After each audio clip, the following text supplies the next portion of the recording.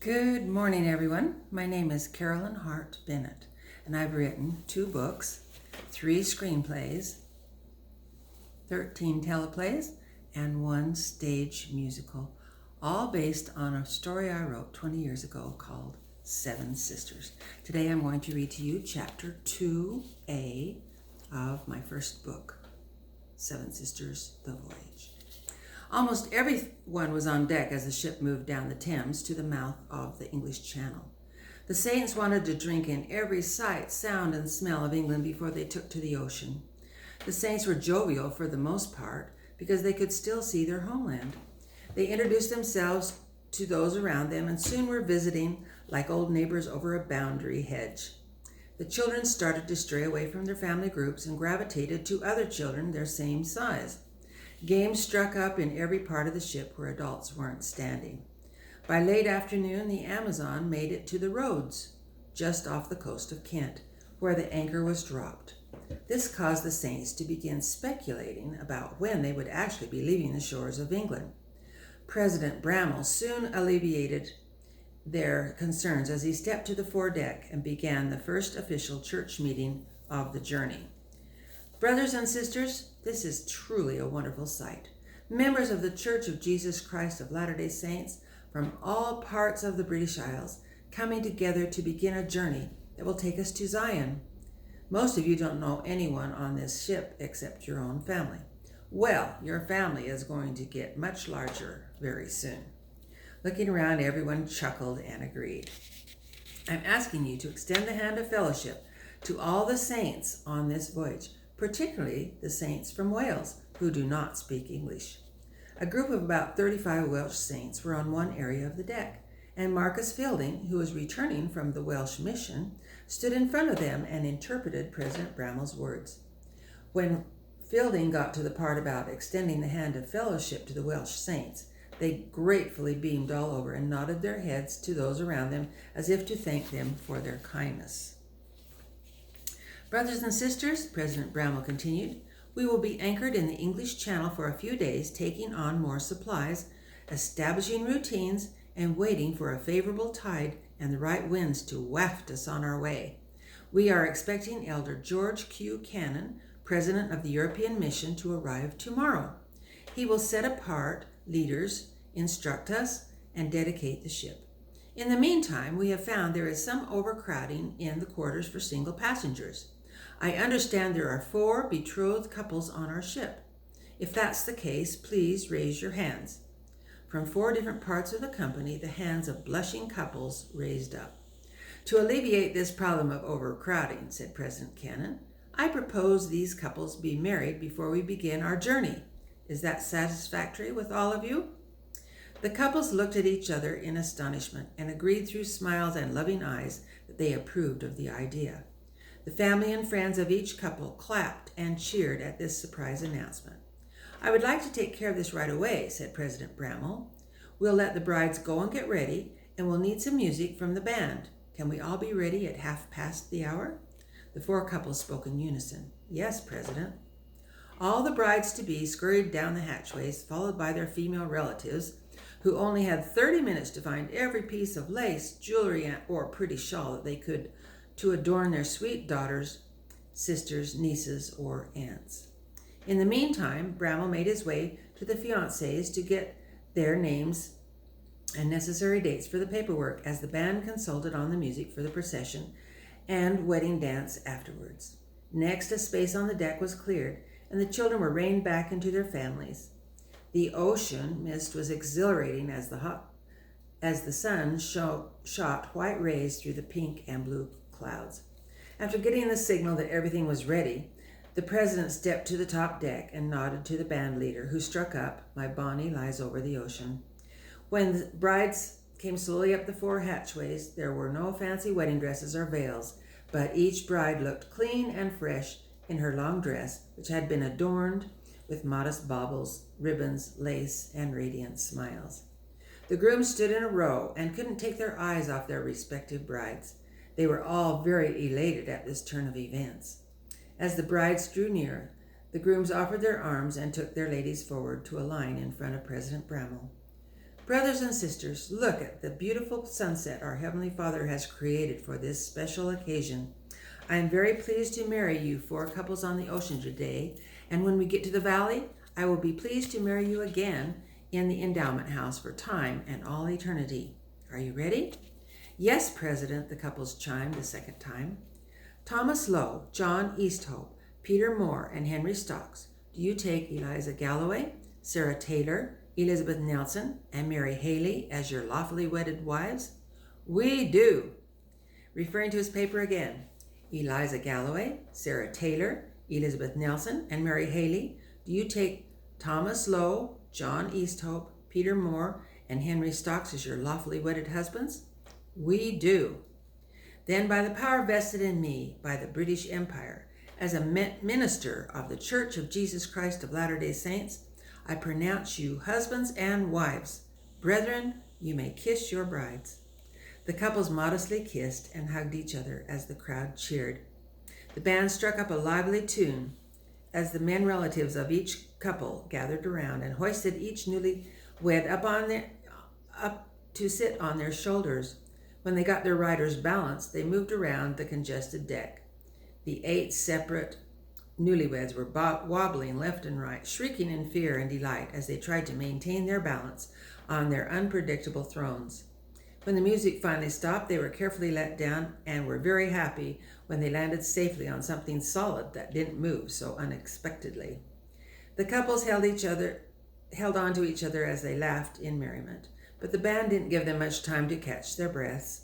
It struck up another tune as everyone clapped and moved away from the couples in the center so they could dance their first dance together. After they sashayed around the ring a few times, several men brought their wives to the dance floor to join in the dancing.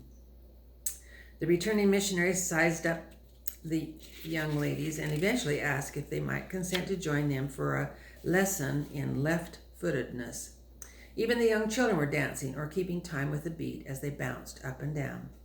From the quarterdeck, Captain Hudson and some of his crew enjoyed watching the festivities. These Mormons might not be as stuffy and prudish as they had been reported to be. They certainly seemed to like dancing and celebrating. The crew members stomped their feet and clapped their hands in rhythm to the bouncing tempo. They locked right arms and turned a circle one way, then back the other. Alfie, however, wasn't interested in kicking up his heels with the other sailors. He was studying a red-haired girl standing on the sidelines. When the next dance started up, he skipped down the steps, grabbed Lizzie Cornell from the sideline, and whisked her out onto the dance floor. She was startled at this aggressive behavior, but when she realized that a sailor had her, she became quite flattered by his attention. She could feel the muscles in his arm as he guided her around the deck. She liked the look in his eyes. He had a flash, flare, and magnetism. She tossed her head back and laughed as they twirled around the dance floor. Seeing Alfie's success, Titus decided that his mates weren't whom he'd like to be snuggling up to on the dance floor either, so he clutched the arm of the first young girl at the bottom of the steps, and out to the dance floor they went. She wasn't more than 15 years of age, and when she saw who had her, she tried to retreat, but his grip was tight and unyielding. His black eyes frightened her, and when he smiled, she could see crooked yellow teeth. He moved her around the floor, drawing her to his bosom as she whimpered in distress and tried to push him away, but her petite arms were no match for his burly upper body.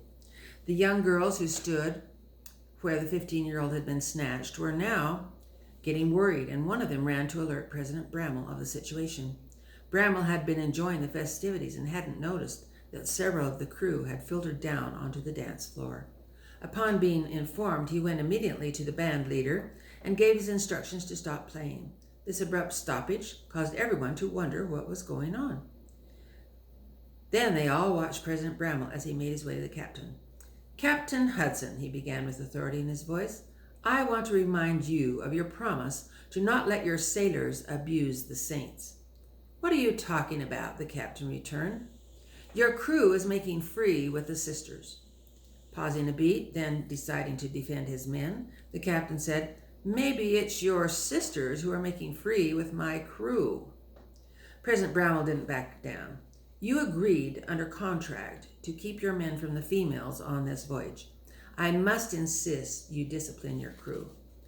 Almost touching noses, the captain said, "You aren't running my crew, President Bramwell. We'll tend to our business, and you tend to yours." Bramwell seemed immovable as he stared at Captain Hudson's eyes.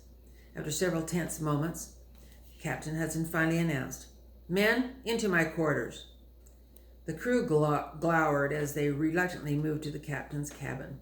Titus arrogantly walked toward a barrel of water standing near the bottom of the steps.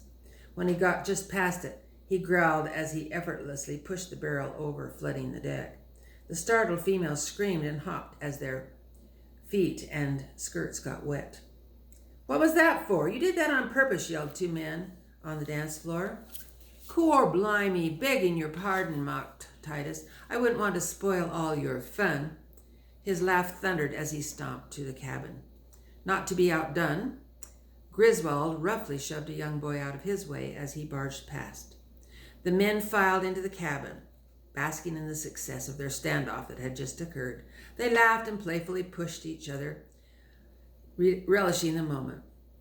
Captain Hudson knew the crew wouldn't like what he had to say next. Even though he had stood up to President Bramwell, he would now have to back down from him in private. "Men, I know you're not too sold on the human cargo on this ship, but we have a contractual agreement with these Mormons. They have it in writing forbidding profanity in their presence, and they expect no flirting with their women folks." "Now there's a crying shame," sneered Alfie, snapping back to seriousness. "I've had more than one look of encouragement," the others agreed. "Take my word for it. The Black Ball Line wants the Mormons' business," said Hudson. "You are not to interfere with these passengers any more. If you do, you can expect something very unpleasant." The crew understood his threat. They knew he meant the lash. As the captain and crew met in the cabin, the wedding celebration had been halted. The Saints were trying to be pleasant for the sake of the couples, but it was clear that the festivities couldn't continue. Realizing the Saints needed to be buoyed up, President Bramwell spoke. "Brothers and sisters, we will show likewise to the captain and crew, to angels and to God above, that we are saints of the Most High. I propose we be kind, benevolent, and patient with our tempers, and live without murmuring." President Sloan stepped forward. "If you can support President Bramwell in this proposition, say aye." A thunderous aye was pronounced loud enough that the captain and the crew looked toward the captain's windows to see what the noise was. "Thank you for your support, brothers and sisters," said President Bramwell. "It has been an exciting day, and now it's time for our nightly prayer meeting. We need to prepare to retire for the night." The Saints' faces brightened as they gathered their families together and moved down the hatchways or to different parts on the deck for their designated prayer meetings. The crew, who were still stinging from their private reprimand, went grudgingly about their tasks. Before long, there was singing in all parts of the ship. The crew was amazed at this new and strange singing ritual the Saints participated in. They had never experienced it before. What did these immigrants have to sing about? Even though there were 15 different hymns being sung in 15 different places on the ship, they sounded strangely harmonious. The crew tried to appear indifferent to the goings-on, but they kept their ears open as they worked. The ward leaders next read a scripture, gave instructions and reminders about duties, and then, to the crew's wonder, every last one of the Saints knelt down on the deck, and a solemn prayer was pronounced by one of the priesthood leaders. There was plenty of eye-rolling and sniggering going on among the sailors as they carried on with their duties, and there was no halting of their banging, clattering, or bantering orders to each other. The crew couldn't be slowed down by a bunch of religious fanatics. "Get used to it, cronies," Huntley explained to the crewmen working near him. "This little ritual will be repeated every night and morning of the voyage." "Well, I'll be go to hell," Titus spewed. "I don't know if I can hack this for 6 weeks." "The Saints preserve us," Jabez groaned. The next morning, the ship came alive at 5 o'clock to the sounds of Matthew Geddes' trumpet. Men from the assigned wards scraped and scrubbed the between decks. Families got dressed, made their beds, and straightened their baggage and possessions. At 6 o'clock a.m., the prayer meeting ritual was indeed repeated. Then the Saints scurried about and prepared breakfast. They had to stand in a line to obtain their daily water, and then in one outside the cooking galley, where they had to wait for the water to boil in their tea kettles so they could make oatmeal mush or some other concoction for breakfast. While this flurry of activity was taking place below deck, only the crew and a few of the church leaders were topside. There were no pleasantries between them this morning after the contentious confrontation the evening before. Their conversations were strained but businesslike, as they consulted about the tides, winds, and how much longer they would remain anchored in the English Channel. Suddenly Griswold yelled to the captain, "Lighter coming on board, starboard, Captain." President Palmer peered over the bulwark and then stepped to Bramwell. "President Cannon is here." Bramwell was rather relieved that someone higher in authority than himself had arrived.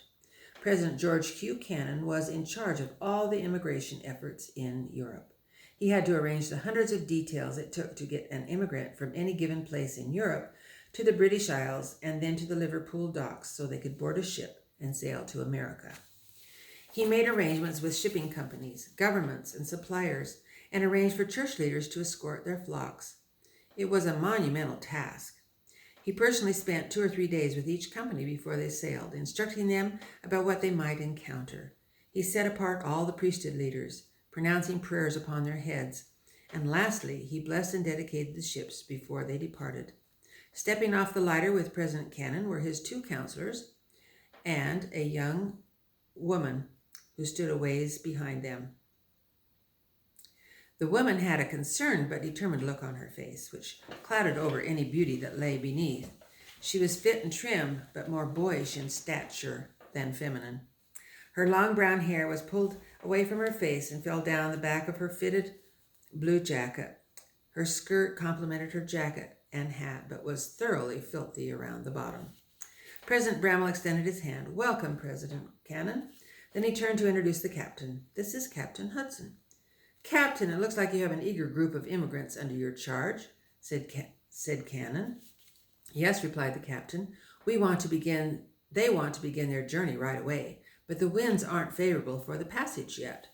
Standing near his mates, Titus remarked, loud enough for all to hear, "You Mormons had better pray the wind picks up, or you'll never see Brigham Young." The sailor sniggered along with Titus until the captain sent a stern message with his face. The levity stopped abruptly. "We may be here for a day or 2 more," cajoled the captain. "Yes, it's hard to predict the wind," said President Cannon with a smile. "But we have plenty to take care of before departure, so we won't be wasting any time."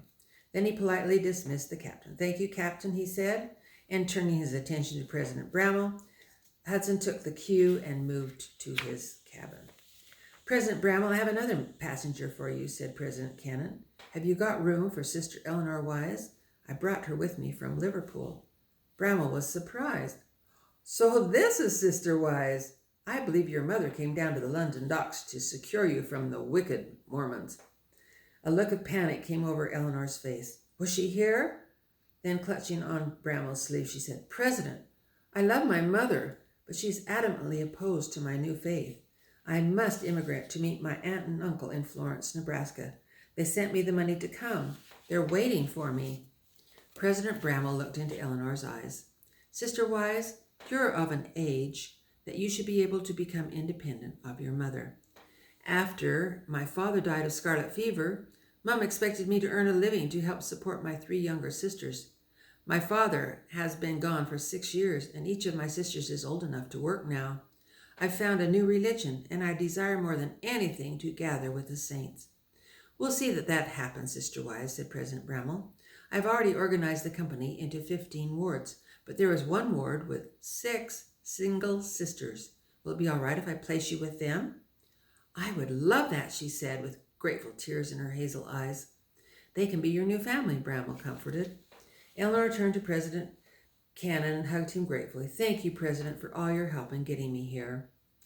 Then Bramwell turned to John Harvey Tippets, who was the president of the 8th Ward. "President Tippets, would you show Sister Wise to her new family?" "This way, Sister Wise," said President Tippets. "We're located on the 2nd level." As they made their way down the dark stairwell, Eleanor began to gasp.